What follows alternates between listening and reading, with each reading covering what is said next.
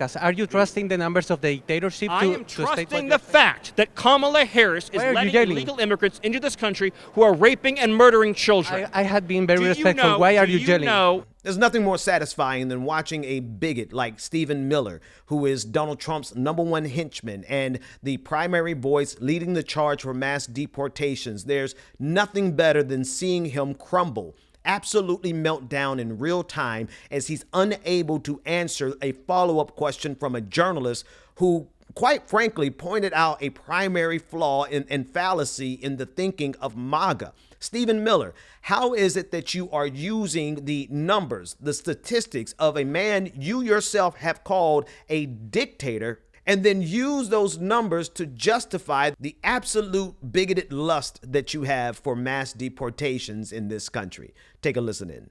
What will happen? All these Day one. all these criminal migrants that have been flooded in the country are going to be the first to get thrown out of here.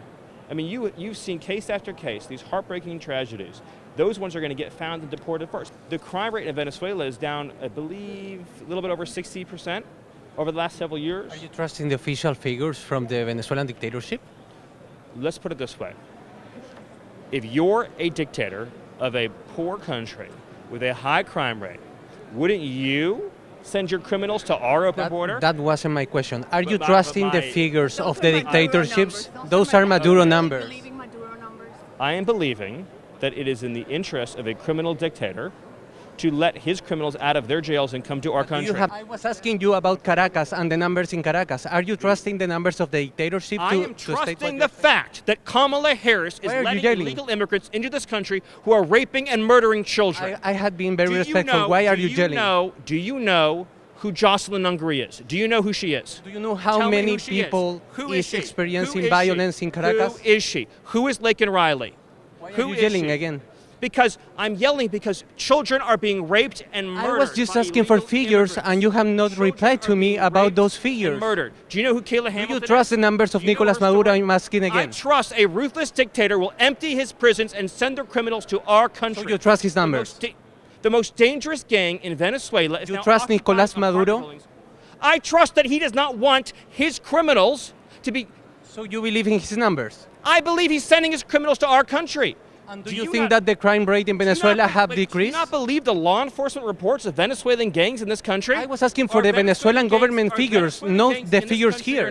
Are Venezuelan gangs in this country or not? Yes or no? What are the figures that you say to say that in Caracas the number is lower than in the USA? Are Venezuelan gangs in this country or not? So you don't have numbers? You know who has numbers? The Department of Homeland Security. You can ask Mayorkas for numbers. You can ask the Director Ray for the numbers. Sir, I'm telling you. You said that in Venezuela the crime rate is lower than the USA. Yes, because what are your numbers? That's my question. Because the criminals are here now. Those are Maduro's numbers. I can tell you again that Border Patrol agents are encountering thousands trust of Maduro numbers? I trust the border agents in our country. But they are not saying that Caracas has a lower crime rate. Children are dead, and you are wasting my time. No, I am not wasting your time. I'm asking for facts as a journalist. Do you have any remorse for the dead children? Do you care at all about the dead children? Absolutely. Here's what's going to happen. Donald Trump is going to be elected president, and the migrant gangs are going to be sent home. Oh my goodness, this clip. This clip is so satisfying to see someone as sick and sadistic as Stephen Miller get exactly what he deserves. And it serves as yet another data point, another clear example that MAGA logic cannot stand up to scrutiny. It never has, and it never will be able to, because they've built their entire worldview, their entire thinking, their ideology on a bed of lies. And so here Stephen Miller can answer the fundamental question. How is it that you're trusting data from someone you called a dictator and then using that data as your justification for mass deportations here in the United States of America? He couldn't answer that question because if he answered the question, it would betray the fact that, yes, he is willing to use data from someone he doesn't trust as long as that data can help justify the evil that they want to do in this country. MAGA has but one goal. They don't want to help the poor. They don't want to help the middle class. They want to go door to door and arrest and deport millions of people that they will identify as immigrants. And you just know for a fact, without a shadow of a doubt, it's going to be more than illegal immigrants who get caught up in this. It's going to be anyone, any migrant. It's going to be anyone with the wrong complexion, because that is the core and the spirit of what MAGA truly is. And there's something else in this video that I think you should consider. Look at the anger. Look at the underlying fury and rage that Stephen Miller has in this clip. This is the same kind of fury and rage that we saw in Donald Trump during the debate the other night. They are so ready to execute all of their deep-seated anger and bigotry and hatred on the rest of America. I want you to understand and really consider this. It's not just Donald Trump that we have to stop from getting power again. It's not just Donald Trump that we have to stop from getting back into the White House. It's people like Stephen Miller who have made their entire existence, his entire career, the very essence of who he is the personification of bigotry. Here's why I believe that we should support immigrants in this country. Number one, many of the immigrants who are coming to this country are coming as a result of American foreign policy. There's absolutely no question about it. We have created refugees all across the global South, and those refugees are coming to the United States of America, some of them seeking asylum, some of them looking for work. They come here because of the policies of the United States of America that absolutely has ravaged so much of what we call the global South. Number two, we absolutely know that what's going to begin as mass deportation of immigrants will certainly turn into the subjugation and the oppression of every marginalized group in this country. There's no question. If we are silent about what they want to do to immigrants, then people will be silent when they get to our community, whether you be black, whether you be a woman, whether you're LGBTQIA, whatever you are. This Gestapo that Donald Trump is assembling all across this country, they're not going to stop once they get done with immigrants. They're coming to your door. They will come to every one of our doors. And don't think that you're safe just because you might be a white American born in this country. No, if you oppose MAGA, if you don't support and pledge your allegiance to MAGA, they might not come to get you first, but they certainly have the desire and the intention of suppressing anyone with whom they disagree.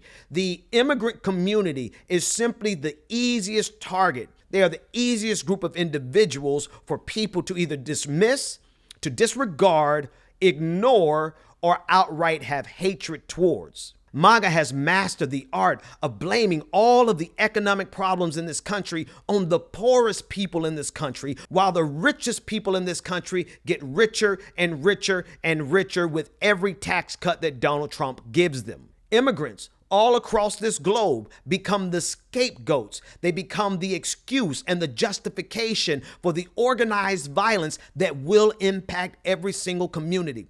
One last thing, I find it extremely ironic that MAGA claims to be Christian when the Bible is extremely clear about how we should treat immigrants, the migrant, the asylum seeker. It is extremely clear that we are to love them as if they were our own. We are to take care of them and to provide for them as if they are our own. Well, Pastor Ben, you don't understand. The immigrants are a strain on our resources. They're a strain on our safety nets. I find that argument laughable because over the last 40 and 50 years, this country has systematically dismantled every single safety net, every single community resource that was beneficial to middle class and working class individuals. This country has targeted those resources and dismantled it long before any of these immigrants got here.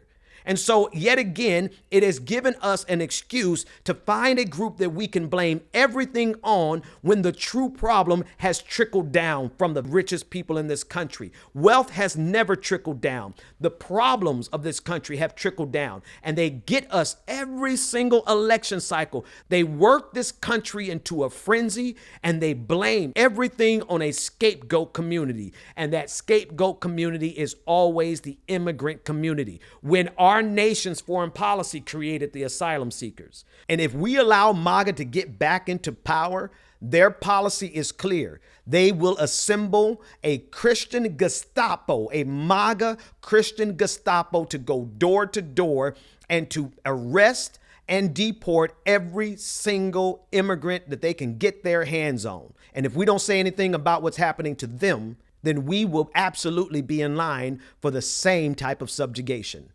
Be sure to share, like, and subscribe to this channel, Really American, where MAGA fallacies don't stand a chance any more than Stephen Miller did against that journalist.